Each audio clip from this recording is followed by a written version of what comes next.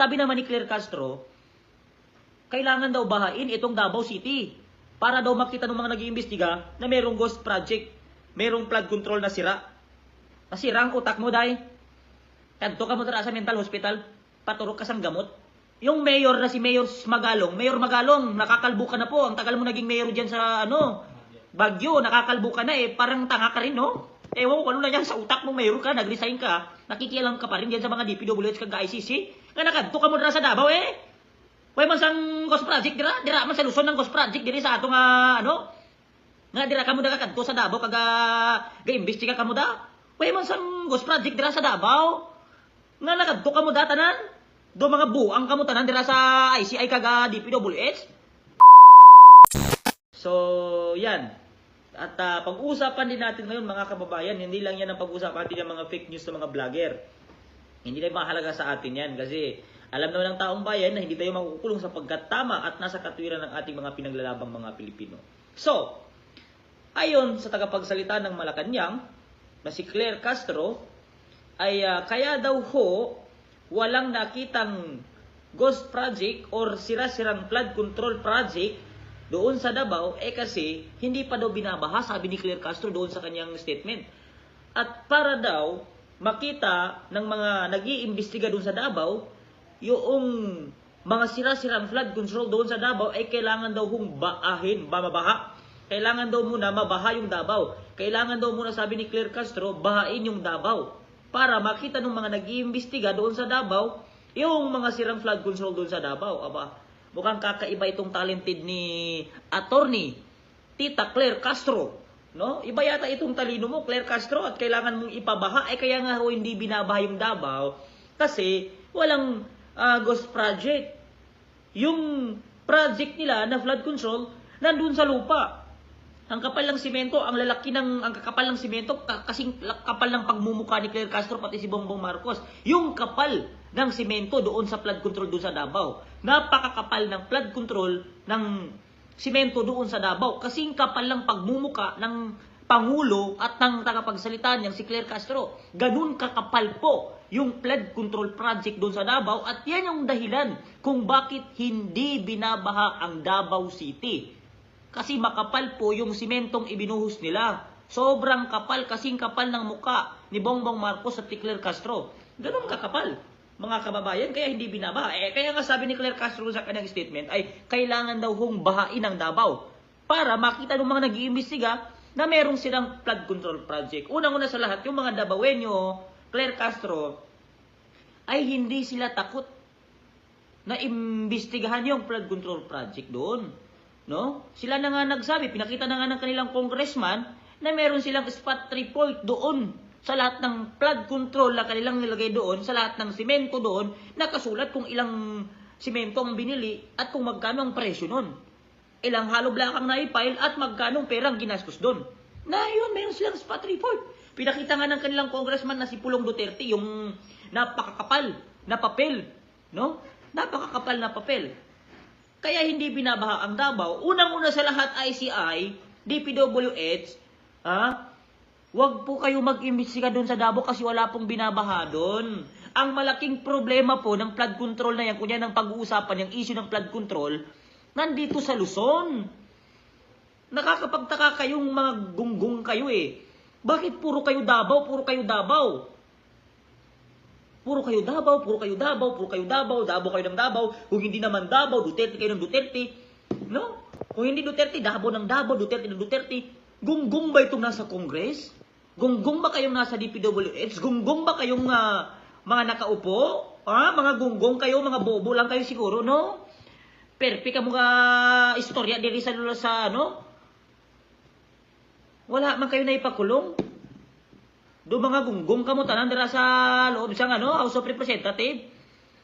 Perpe ka mo dada dira sa loob. Wala naman kayo na ipapakulong. Davao, Duterte, Davao, Duterte. Baka kahit 10 taon na namatay si Duterte pa rin.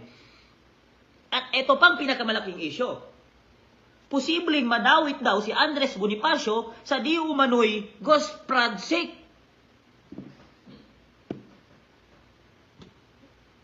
Naku, Pilipino, Sus Ginoo, ano ba nangyayari sa mga politiko natin? Diyos mio. Nandito po, yung mayor na si Mayor Magalong. Mayor Magalong, nakakalbo ka na po. Ang tagal mo naging mayor dyan sa Baguio, nakakalbo ka na eh. Parang tanga ka rin, no? Ewan ko ano na yan sa utak mong mayor ka, nag-resign ka, nakikialam ka pa rin diyan sa mga DPWH kag ICC. Nga nakadto ka mo dira sa Davao eh. Way man sang ghost project dira man sa Luzon ng ghost project diri sa ato nga nga dira kamo da kadto sa Davao kag ga-imbestiga kamo da. Way man sang ghost project dira sa Davao. Nga nakadto kamo da tanan. Do mga buang kamo tanan dira sa ICI kag DPWH. No? Pinapaikot nyo lang ang tao, mga buang kayo. Nga dira kamo nag-imbestiga ng way isang baha dira. Ara manggali sa Luzon ang baha kag ghost project. Dira ka mo mag-imbestiga mga kupal kamo tanan. Dira sa ICC kag dira sa ICI. No? Ginapalabong kamo sang tao nga ginasweldohan kamo, perpi kamo ga dira sa Davao ko Duterte kuno kamo dira. Nga man kay perpi kamo nga Davao kag Duterte ang imong ginastorya dira sa House of Representatives kag Malacañang. Perpi kamo kag ginatikal dira. No? Hambala tong si Bongbong Marcos na mugawas dira sa Malacañang kung hindi niya kayang mamuno kag iresolba mga problema diri sa atong bansa. Kay perpi ka bobo nga presidente si Bongbong Marcos ba? No? Perpi ka bobo ba? 2026 na, way pa kamusang naipakulong sa mga congressman nga kawatan. Perpi ka mo pangawat sang kwarta sang tao. No, mga binuang kamo dira sa loob sang Congress kag mga mga politiko kamo. Bakit ilongbong ana? Perpi ka buga katikal dira. Ginga kawat yung mga kwarta sang tao way mga musang nagawa nga rules ko ga ambot na lang sa inyo ga Perpi ka buwa nga aning pangulo naton. Ilonggo na ako kay taga Ilonggo manggugit, Ilonggo manggugit Kung mangod ko lang ni si Bongbong Marcos, tampaong ko gida. Perpi ka bubo nga presidente na. Taga ato nga iya nga taga atong iya speaker nga si Claire Castro, sus gimio. Perpi ka bobo sa imo nga speaker sang Malacañang, perpi ka bobo sa imo, attorney ka pa naman ko. No? Gaga perpi ka mo gatikal dira sa imo nga speech how? Ano nga buang ka mo how? Do buang man ni si Claire Castro. No? Una binabanatan niya si Bongbong Marcos. Ngayon, do halo black nagasalo sang latang problema ni Bongbong Marcos. Perpe kabo ang aning mato nga mga leader dira. Nga dira kamo sa Davao kay imbestigahaw. Way man sang baha sa Davao. Ara manggali sa Luzon ang baha. Ara manggali sa Luzon ang mga kawatan na congressman kag politiko. Nga dira kamo nagkato sa Davao. Naunsa kamo ICI kag DPWH kag Mayor Magalong. Nakalbo ka na Mayor Magalong kag Mayor mo dira sa Baguio. Nga dira ka mo nakadto sa Davao kag mag-imbestiga ka mo sang ghost project, may ara man sila sang spot report. Nga do mga binuang sa inyo nga. Naunsa ka mo da? Mga binuang ka mo nga congressman ha. Aning si Congressman Terry Ridon, perpi ka bobo na. Buang na congressman na. Nga paimbestigahan mo ang Dolomite Beach how? Naara daw ang sadi kung bakit nilulubog tayo ng bandera sa Maynila. Gago sa iyo mga congressman. Perpe kabuang sa imo. Perpe kamo ginatikal dira sa House of Representatives. Mugawas ta kamo da. Mugawas kamo kagubadin ninyo mga uniforme ninyo. Do mga animal kamo nga sapat, no? Do mga gunggong kamo nga tae, do mga kamo nga dengue, no? Mga langaw kamo, mga hipon, mga buang, mga tarantado kag inutil kag kawatan. Perpe kamo ga pangawat sang kwarta sang tao. Mga kawatan araw gabi gapangawat kamo sa kwarta sang tao, ginasahudang kamo nga 300,000 pesos. Tapos ginagingkawat mo pa tong project kag flood control. Nga ka perpi kamo gapangawat haw. Naunsa kamo dong? Martin Romualdez, puli na to karon. Puli sa imo nga balay kag isauli mo tong mga gingkawat mo da. Kag aning isa ka congressman na mukhang burat, taga Bicol, kuno atong si ako Bicol Party List Representative Zaldico nga mukha nga burat, kakapal sa imo nga kiki kag muka, ibalik mo tong gingkawat mo dong. Ibalik mo lahat ng gingkawat mo sa taong bayan. Perpe kadag ko ang imong gingkawat sang Do mga buang ni mga politiko ni. Never nangyari yung balik na yan. Ging lubog sa baha ang mga Cebuano kay ging kawat nitong kwarta. No? Ging lubog sa baha ang Pilipino kay ging sira nitong Sierra Madre. Kay ging kuha nitong mga buhaya ang lupa nila sa Sierra Madre. Atong mga kahoy. Perpi na kamo kayaman. Mga pangawat pa kamo. No? Mga kawatan gani nga mga politiko pag tampawon ko na ulo nyo karon. Kakapal lang pagmumukha. Ang lakas pa ng loob ni Zaldi ko sabihin dati na ninakaw niya yung 125 million. Putang ina. Pala mukha mo. Naunsa ka mo dra sa loob, aw?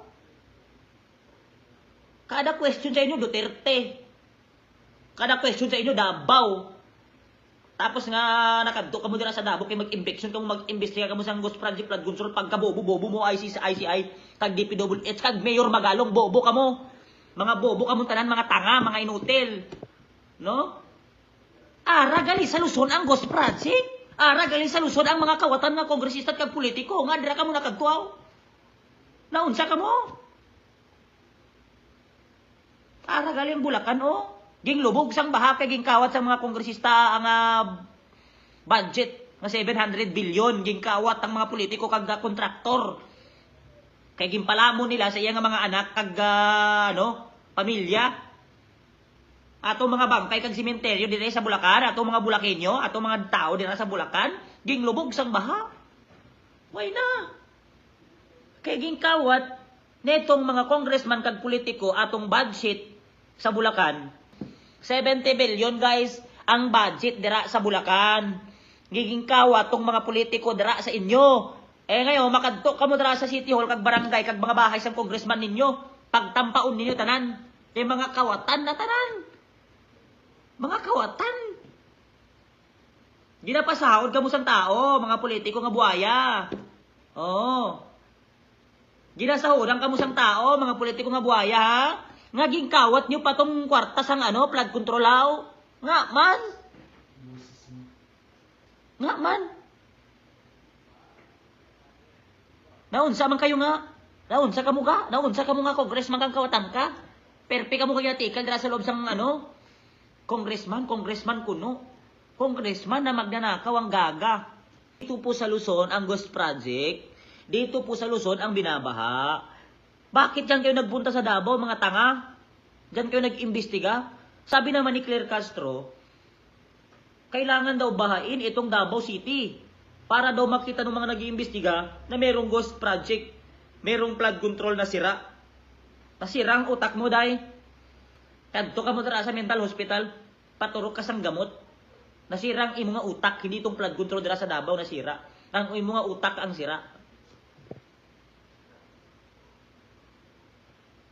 Nga ka mo nag-imbestiga sa Davao. Naunsa man ka dong. Mayor Magalong, naunsa ka. Ha? Dira sa Luzon ang baha. Dira sa atong ang baha. Nga dito ka mo nagkadto sa Davao kag mag-imbestiga ka mo sa Ghost Project nga Naunsa ka dong, ha? Dira gali sa aton dira sa Luzon ang Ghost Project kag ara sa atong nga mga congressman nga kawatan kag politiko. Tapos dito ka makadto sa Davao kag mag-imbestiga ka. Perpi kagago sa imo. Ging pasahod ka sang tao, no? Naging kawat mo pa tong kwarta kag budget sang flood control law.